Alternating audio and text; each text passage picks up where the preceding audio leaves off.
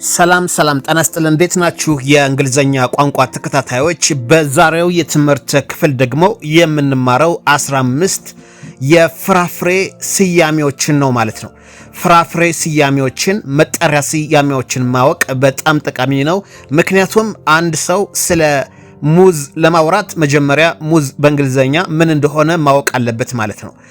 ሙዝ በእንግሊዘኛ ምን እንደሆነ ሲያውቅ ሙዝ ጣፋጭ ነው ብሎ እንግሊዘኛ ለማውራት በጣም ይቀልለታል ማለት ነው። ስለዚህ በዛሬው የትምህርት ክፍል ስለ ፍራፍሬዎች ስያሜ ፕሮናንሴሽናቸውንና እንዴት ስፔል እንደሚደረጉም ጭምር እናያለን ማለት ነው። ኦኬ የመጀመሪያው ፖም አፕል APPLE The apple is sweet and red. ሁለተኛ ብርቱካን orange The orange is juicy and sweet. ሶስተኛ mango MANGO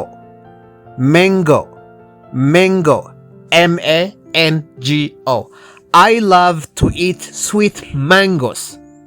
አራተኛ ሎሚ lemon LEMON The lemon is yellow and sour. አምስተኛ ፓፓያ በእንግሊዘኛም በአማርኛም ፓፓያ ነው። PAPAYA ፓፓያ The papaya is soft and delicious. አቮካዶ በአማርኛም በእንግሊዘኛም አቮካዶ ነው። አቮካዶ makes us strong and healthy. አናናስ pineapple The pineapple has a bumpy skin. Wine grape Grapes are small and round. Coke peach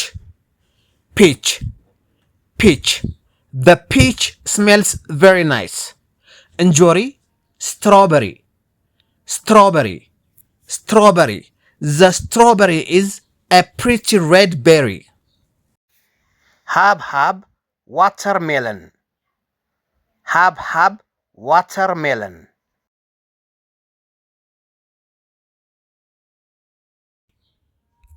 ግሽጣ ጁዋቫ ሮማን ፖሚግራኔት በለስ ፊግ እነዚህን የፍራፍሬ ስያሜዎች ማወቅ አለባችሁ ማለት ነው። አንድ ሰው እነዚህን የፍራፍሬ ስያሜዎችን ካላወቀ ስለ ፍራፍሬዎች ሊያወራ አይችልም ማለት ነው። ስለዚህ ፍራፍሬዎችን ስናውቅ ነው። ለምሳሌ ብርቱካን ጣፋጭ ነው ለማለት ብርቱካን በእንግሊዘኛ ኦሬንጅ መሆኑን ማወቅ አለብኝ ማለት ነው። ከዛ በኋላ እንደፈለኩኝ ፓተሩን እየቀያየርኩኝ ላወራ እችላለሁ።